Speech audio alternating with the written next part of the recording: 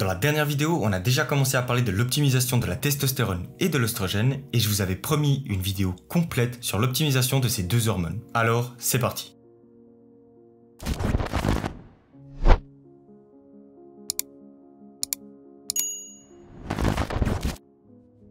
La première chose dont on va parler, c'est de la relation entre la testostérone et la compétition. Et ce qui a déjà été établi par la science, c'est que non seulement la compétition influence la testostérone, mais que la testostérone en retour, elle, peut aussi influencer la compétition. Par exemple, et je ne parle pas que des êtres humains, pas spécifiquement des êtres humains, mais il est bien connu que des niveaux élevés de testostérone sont en corrélation avec un meilleur accès aux femelles. Pourquoi? C'est en fait très simple, les mâles qui ont des taux de testostérone plus élevés cherchent plus loin leur nourriture et se battent plus intensément pour les femelles. Chez l'être humain maintenant, les études ont montré que les hommes qui avaient un taux de testostérone plus élevé étaient beaucoup plus motivés à rivaliser avec leurs adversaires pour atteindre leurs objectifs. C'est très intéressant de savoir ça car il y a des preuves solides maintenant que la testostérone influence non seulement les comportements dirigés vers la compétition, mais aussi ceux qui sont dirigés vers la nouveauté et encore plus important, la testostérone peut réduire votre stress et votre anxiété. Maintenant, ce qui est vrai dans un sens est aussi vrai dans l'autre. Si on sait que la testostérone influence les comportements de compétition, la compétition elle-même influence la production de testostérone. Et c'est important de savoir ça car si on sait qu'un comportement tel que la compétition peut influencer le taux de testostérone, on peut se poser la question de savoir quel comportement exactement aura le même effet. Et le comportement particulier qui nous intéresse, c'est évidemment le sexe. Et la réponse, elle n'est pas aussi simple que ce que l'on pense. Comme vous le savez sûrement, le sexe comporte plusieurs étapes, on peut en dénombrer au moins 3, la recherche de sexe, l'acte sexuel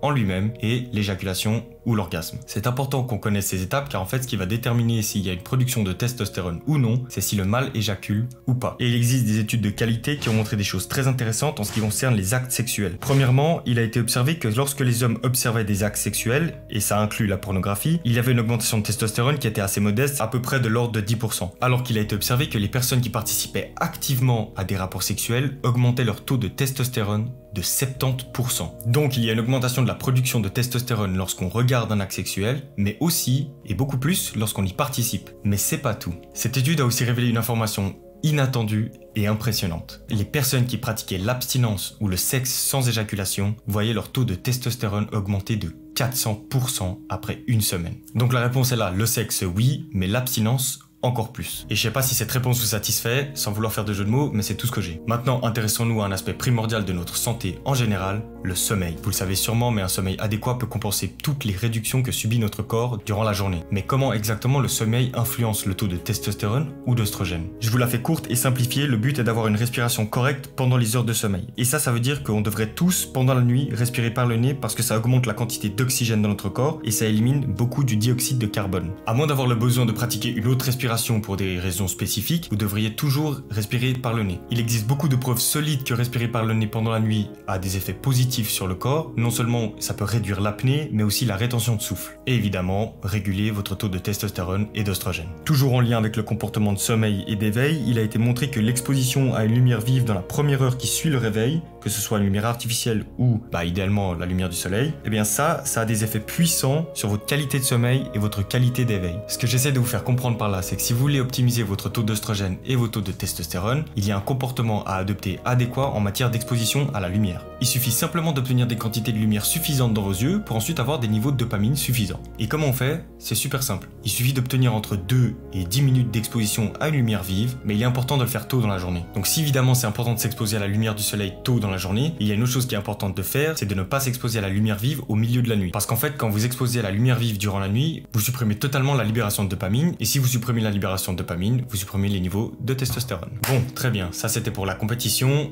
le sommeil et l'exposition à la lumière. Maintenant, voyons comment l'exercice a une importance et comment il influence la production de testostérone. Et je précise que quand je parle d'exercice ici, je considère 3 formes d'exercice pour ce sujet, qui sont l'entraînement avec les poids, le travail d'endurance et l'entraînement avec des poids, mais jusqu'à l'échec. Ces 3 types d'exercices ont montré leur capacité à influencer le niveau de testostérone, mais les études ont montré que c'est l'entraînement avec poids lourd, mais sans aller à l'échec, qui avait les résultats les plus importants en matière de production de testostérone. Pour ce type d'effort spécifiquement, il y a clairement une influence du travail intense au niveau neuronal et au niveau musculaire musculaire qui permet d'augmenter la testostérone. D'un autre côté, c'est évident qu'un effort excessif peut être contre-productif, notamment parce qu'il y aura une augmentation excessive du cortisol, et donc s'il y a une augmentation excessive du cortisol, il y a une baisse des taux de testostérone. Donc ce que nous disent ces études, c'est que si vous avez envie d'augmenter votre taux de testostérone, ce qui semble le plus adéquat, c'est de s'entraîner avec des poids mais sans aller à l'échec. Ok, maintenant parlons un peu des composés spécifiques qui peuvent vous aider à réguler ou à augmenter votre taux de testostérone ou d'œstrogène. On peut évidemment trouver ces composés spécifiques sous forme de compléments alimentaires, mais vous pouvez aussi les obtenir directement grâce à l'alimentation. Encore une fois, je tiens à souligner que j'encourage personne à prendre quoi que ce soit ou bien à arrêter de prendre quoi que ce soit. Les informations que je vous donne sont purement informatives. Par contre, en ce qui concerne les composés spécifiques, certaines données à leur sujet sont assez frappantes et même assez impressionnantes. Par exemple, on sait bien que la vitamine D, qui est importante pour de nombreuses fonctions biologiques, le zinc, le magnésium, le bore et la créatine ont des effets importants sur la régulation de la testostérone. Je reviens rapidement sur la créatine car je sais aujourd'hui que c'est encore un sujet un tout petit peu tabou et que les gens ont du mal à accepter la créatine comme un composé qui marche et qui ne pose pas de problème à l'organisme. En ce qui concerne la créatine, les études ont montré qu'il est très clair que quelque chose à propos de cette substance permet de réguler au mieux la testostérone.